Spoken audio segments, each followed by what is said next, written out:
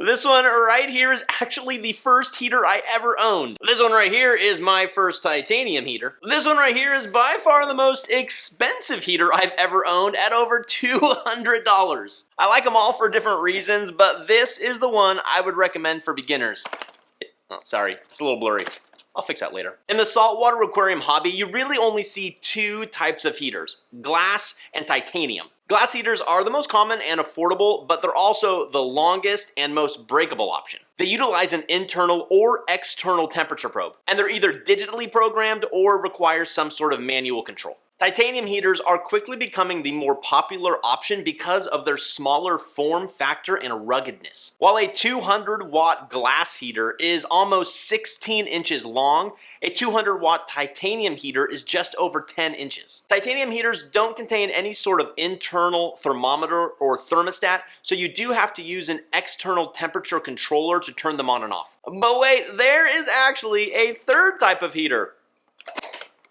Plastic. Well, the heater is not plastic, it's just the housing. These new heaters, like the Ultra from Aqua, have really slim profiles and are digitally controlled, which make them ideal for fitting into tight places and ease of use. You don't necessarily need a controller with this one, but I'd still recommend it. Most glass heaters, like this Eheim Jaeger, do it all. Once you set the temperature, the mechanical bimetal thermostat will open and close and control the temperature for you. When it's turned on, all of the interior coils will heat up and turn red. Then all of that heat will dissipate through the glass into the aquarium water column. And once that desired temperature is reached, that mechanical part will open up, break the connection, and thus turn off the heater. Titanium heaters are much simpler because there is no internal thermostat. They're either on or they're off, period. That is why you need some sort of controller to operate them. Otherwise, you would just plug it in and it would never turn off. There are titanium heaters that come with a controller like this one by Finex, and there are other ones like this one here from BRS which require a separate controller like this one from Inkbird. Not only is a titanium heater super strong and virtually unbreakable, it is also more efficient at transferring heat from the heater to the water column. The plastic heaters like this one from Aqua work in a similar way to glass heaters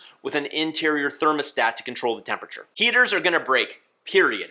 It's just a reality in this hobby that you need to accept. If a heater fails in the on position and you bought a heater that's just a bit too powerful for your system, your tank will become a steamy cauldron of fish and invertebrate death. But if it fails in the off position, you might be okay if the ambient temperature in your room is 75 degrees or warmer, but if the ambient temperature is 65 or cooler, you're probably in trouble. And since we know all heaters will eventually break, how do we prevent disaster? We build in redundancy. If our heater fails in the on position, we need something to alert us of the high temperature. This could be as simple as one of those temperature stickers you place on the outside of your aquarium, or it could be as fancy as a text message sent to your phone from your Apex controller. But if it fails in the off position, then all you need is a second heater that is set to kick on before the water gets too cold. For example, your primary heater could be set to 78 degrees. If that one breaks, set your secondary heater to 74 or 75 degrees so your water temperature doesn't get too cold. Using a controller with your heater is absolutely best practice, and it has so many benefits. First up, by using a controller, it increases the heater's lifespan. It might help us to think about the lifespan of a heater just like the lifespan of a light bulb and switch. If you were to just sit there and flip the light switch on and off, that light bulb or light switch would quickly break. They are mechanical things, and the wear and tear is worst at the on-off point. The same is true of heaters. The more it turns on and off, the quicker it's going to fail. Using a controller, you can set the temperature at a wider variation level. So rather than the heater turning off every plus or minus 1 degree, maybe set it to every plus or minus 2 degrees, and you likely just double the lifespan of your heater. The second benefit of a heater, you get real-time temperatures. Controllers show you the real-time temperature of your aquarium, and without it, you have to rely on some sort of handheld thermometer and occasional testing. With a temperature controller, just look at the digital readout every time you walk by for a quick check-in on your tank. The third benefit of a controller, external temperature probes. With a standard glass or plastic heater,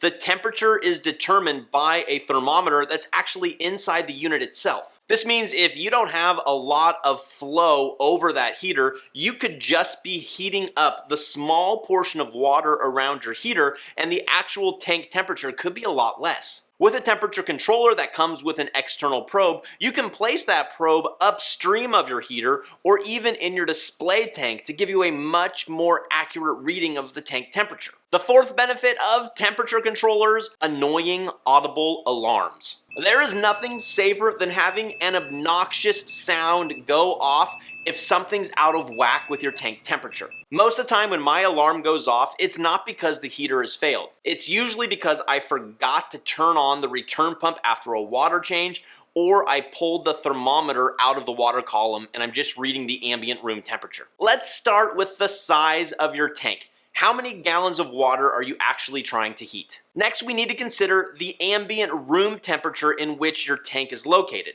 A 100-gallon tank in a room that's 75 degrees will need way less heating power than that same tank placed in a room at 65 degrees. Moving on to durability, if you're placing a heater in a sump with nothing around it, then a standard glass heater is going to work fine. But if you're putting it anywhere else where it might break, consider going with a titanium or plastic heater. Next up, you need to consider redundancy. Either purchase two of the exact same heater, making sure they can both fit in your tank, or pick up something like the innovative marine Helio system or the BRS titanium heater with Inkbird controller combo for built-in redundancy. The penultimate consideration is length. Remember that glass heaters can be super long, so make sure that it's going to fit in the location you intend it for. And lastly is wattage. Just follow the manufacturer's recommendation for the wattage needed for your tank. But remember, if your tank sits in a room that's 75 degrees or warmer, you might need one size lower. But if it sits in a room 65 degrees or cooler, you may have to choose a heater slightly more powerful than you thought. There's a good choice, a better choice, and what we think is the best choice. The good choice would be two Eheim Jaeger heaters. After you've done all your research, if your tank needs a 100-watt heater, then pick up two Eheim Jaeger 100-watt heaters. Set the first one to 78 degrees and your second one to 74 or 75 degrees. That way you have redundancy if and when the primary heater fails. The better option would be to pick up one Ultra heater from Aqua and one Eheim Jaeger glass heater. If you need a 100 watt, then pick up 100 watt of each one. Set the Aqua Ultra heater to 78 degrees and set the Eheim Jaeger to 74 or 75 degrees as backup. Or if you don't mind spending just a little bit more money, then just pick up two of the Ultra heaters from Aqua.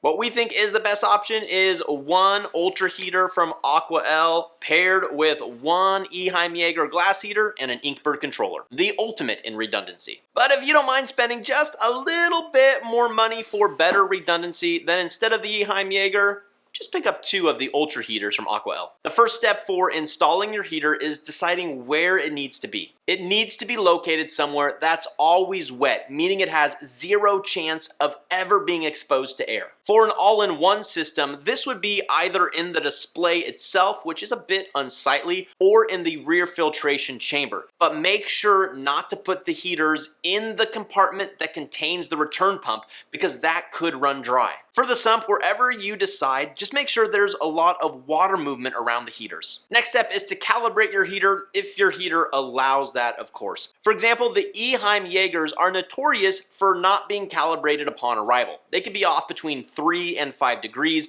but they are super easy to calibrate. If your heater doesn't allow calibration like the Ultra heaters from Aqua, then at least check them against a trustworthy thermometer just so you know where the starting point is. Then set your primary heater to 78 degrees and install it into your tank, being sure to follow the manufacturer's instructions. This could mean installing it horizontally, vertically, or even at an angle. If your primary heater comes with its own temperature probe, be sure to place that probe upstream of the heater. That way you get the most accurate water temp reading. Next, take your secondary heater and also set it to 78, but plug it into your Inkbird controller. Set your controller to activate at 75 degrees with a standard variation of 0.5 degrees. Then set your alarm to activate at 74.9 degrees. What this does is if your primary heater fails, it triggers an audible alarm to go off once your tank reaches 74.9 degrees. But if you're not around to hear that alarm, then the Inkbird temperature controller will turn on the secondary heater when it gets to 74.5 degrees, thus saving your tank. A broken or mishandled electric heater can electrocute all your fish, electrocute you, burn through an acrylic sump and flood your house, or worse yet, burn your entire house down. Avoid any of those mistakes by watching this video right here. And as always, everyone, thanks for watching. Happy reefing, be well. We'll see you next time.